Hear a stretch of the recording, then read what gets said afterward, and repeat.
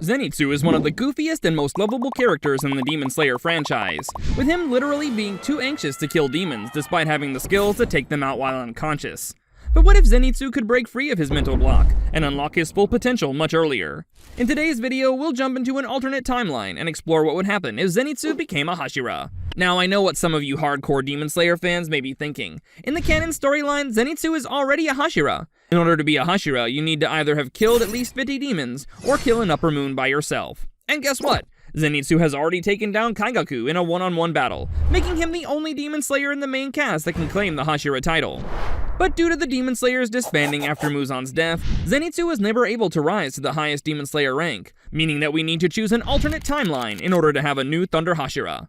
Now, the first part of the story is pretty much the same. Zenitsu still racks up a huge debt thanks to his crazy ex-girlfriend, and it's the former Thunder Hashira, Jigoro Kuwajima, who saves the young boy from his predicament. During his training, Zenitsu is unable to master any of the thunder-breathing forms except for the first one, Thunder, Clap, and Flash. Despite his student's apparent hopelessness, Jigoro has faith in Zenitsu and pushes the young Demon Slayer to reach greater heights. This doesn't sit well at all with Jigoro's more senior student, Kaigaku. When the master names both his students as the successors of thunder breathing, Kaigaku can only think of how he was robbed of the title he deserved. As Zenitsu's training progresses, Jigoro pushes him to take the final selection exam. Even though Zenitsu is always nihilistic and believes he'll be killed by demons any time now, he successfully makes it through the final selection alongside Tanjiro, Kanao, Inosuke, and Genya. Let's fast forward through the first mission, where Zenitsu meets Tanjiro and the Mount Naragumo arc as well, since Zenitsu's personality remains the same. But shortly after the Lower Moon 5 demon is taken out, Zenitsu receives mail from a crow. In an encounter with the Upper Moon 1 Kokushibo, Kaigaku had surrendered and decided to transform into a demon. While this news comes as a shock, nothing could have prepared Zenitsu for what came next. Due to the shame and guilt of having a student become a demon, Jigoro had committed seppuku, suffering through a long and painful death to atone for his sins. Zenitsu's demeanor changes from that point onward. Instead of the constant nihilism, self-doubt, and tomfoolery, he now has an aura of grim determination about him. Now, instead of chasing after Nezuko all the time, Zenitsu redoubles his training efforts, surpassing even Tanjiro's intensity, and working night and day to perfect his techniques. So how does Zenitsu's newfound strength change the course of events in the main timeline? The first major difference appears during the Muggen Train arc, when Tanjiro, Inosuke, and Zenitsu are sent to accompany the Flame Hashira, Rengoku Kyojuro, on his mission. Unlike the original timeline, Tanjiro is not the first one to break free of Enmu's dream manipulation. In his dream, Zenitsu is taken back to the time when he trained under Jigoro-sensei, but instead of making him happy, the sight of Kaigaku training beside him fills Zenitsu's soul with rage, and he breaks free of Enmu's blood demon art through sheer force of will. Instead of cutting through Enmu's protrusions while unconscious, Zenitsu is fully awake as he blitzes through the train, repeating his thunderclap and flash at greater and greater speeds. Thanks to Zenitsu picking up the slack here, the workload of Kyojuro and Nezuko is far less, and the three of them still remain relatively fresh when Tanjiro and Inosuke finally behead Enmu. This means that Kyojuro does not actually have to take on the Upper Moon 3 Akaza alone, as Zenitsu's speed actually allows him to at least avoid being critically injured. However, Zenitsu is not powerful enough to do any real damage to Akaza, and the events of this showdown still follow the main storyline. In his dying moments, Kyojuro speaks not only to Tanjiro, but Zenitsu as well, commenting on the younger Thunder Breather's mental state, and how he should not let hate corrupt his heart. However, Rengoku's advice falls on deaf ears, as the Flame Hashira's death only serves as a reminder of Zenitsu's weakness. Zenitsu realizes that Kaigaku must be at least as strong as a Lower Moon due to his original strength as a Demon Slayer. In order to avenge his master, Zenitsu needs to level up his skills even further. Zenitsu begs the Demon Slayer Corps to send him on more missions to fight powerful demons, preferably with no support from stronger Demon Slayers.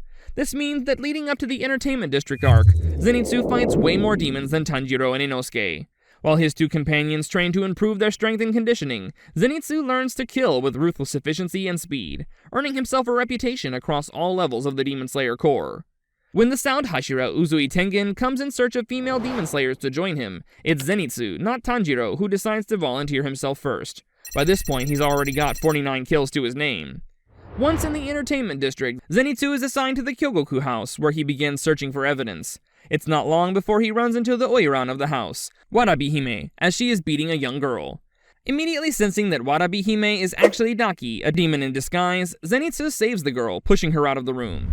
In the original timeline, Daki punches Zenitsu and knocks him unconscious, but killing so many demons has sharpened Zenitsu's senses, allowing him to block Daki's attack just in time by drawing his sword. This time, Tengen is alerted not by Zenitsu's disappearance, but by the massive commotion he causes as a fight breaks out in the Kyogoku house. This battle is completely different, as Zenitsu is actually capable of keeping up with Daki on his own. When she's beheaded and Gyutaro emerges, Zenitsu occupies Daki with a little help from Nezuko, while the other 3 demon slayers take on the brother. Thanks to the extra support he gets, Tengen does not lose an arm and an eye despite being poisoned, and with his support, Tanjiro manages to behead Gyutaro before things get out of hand. Meanwhile, Zenitsu's slashes are far more precise than before, meaning that he doesn't struggle to cut through Daki's obis. Zenitsu is able to quickly close the distance, and when Nezuko's burning blood distracts Daki for a split second, he uses Thunderclap and Flash Godspeed to end the Upper Moon 6 once and for all. And with that, Zenitsu scores his 50th kill, qualifying him to ascend to the rank of Hashira. And anyway, since there's already an empty seat among the Hashira due to the Flame Pillar Kyojiro's death, Zenitsu takes his place among them as the new Thunder Hashira. But while Jigoro's younger student was rising through the Demon Slayer ranks, somewhere in the Infinity Castle, Kaigaku was also receiving a promotion. With Gyutaro and Daki dead, the 12 Kizuki's forces were dwindling. Summoning him using Nakime's powers, Muzan feeds Kaigaku more of his blood, giving the young demon the power to join the Upper Moons. Now, at the top of the Demon Slayer hierarchy, Zenitsu has the authority to choose his own missions, and immediately prioritizes hunting down Kaigaku. He sets up an intelligence network, getting help from Tengen, and also deploying crows to survey areas far and wide. While Kagaya and the other Hashira appreciate Zenitsu's strength, they can't help but worry about the young swordsman's obsession with finding Kaigaku. Surely this couldn't be healthy. And what if he does find Kaigaku? Will he take on the Upper Moon alone? Gyomei and Mitsuri try to get through to Zenitsu, but his resolve is unshakable. While gathering information, he also trains in secret, perfecting a new ultimate technique to surpass his Thunderclap and Flash. The climax of our story comes when Zenitsu finally locates Kaigaku. To add insult to injury, he now hunts in the city next to where they trained under Jigoro, retreating into the nearby forest during the daytime. A determined Zenitsu heads out to face his former senior, and Kaigaku lies in wait, ready to permanently settle their score. As night falls and Zenitsu comes face to face with Kaigaku, he draws his sword without a word. The Thunder Hashira has no interest in Kaigaku's excuses. He's here to avenge his master. Kaigaku asks Zenitsu to show some respect to his senior, but he doesn't even bother talking back. Zenitsu charges forward with his Thunderclap and Flash, and even though he manages to dodge it just in time, the demon's arm gets cut right off. Zenitsu taunts his former senior, calling him a failed swordsman who just became a cheap replacement for Gyutaro and Daki. Enraged, Kaigaku attacks with his blood demon art, hitting Zenitsu with burning flashes of black lightning. As the Thunder Hashira staggers back, Kaigaku hits him with all the forms of thunder breathing that Zenitsu failed to master. But even after the 6th form, Rumble and Flash, Zenitsu is still standing. He's injured and nearly out of breath, but he has a gleam in his eye. Before Kaigaku can speak, Zenitsu unleashes his secret weapon, the 7th form of thunder breathing, Flaming Thunder God. As his head flies off, Kaigaku curses Jigoro for hiding such a powerful technique from him. However, Zenitsu reveals that this was his creation, a technique born from hard work, dedication, and an unquenchable desire for revenge. As he stands over Kaigaku's disintegrating body, the battered and bruised Zenitsu does not feel a sense of satisfaction. His heart is still empty, and only his friends could possibly fix that. But that isn't something that Zenitsu can worry about at the moment. Even though every movement makes pain shoot through his body, the Thunder Hashira moves deeper into the Infinity Castle, preparing to take down the Demon King once and for all. And that brings an end to our story of Zenitsu's rise to the Hashira rank. Which other Demon Slayers do you think should have reached the top tier? As always, let us know your thoughts in the comments down below.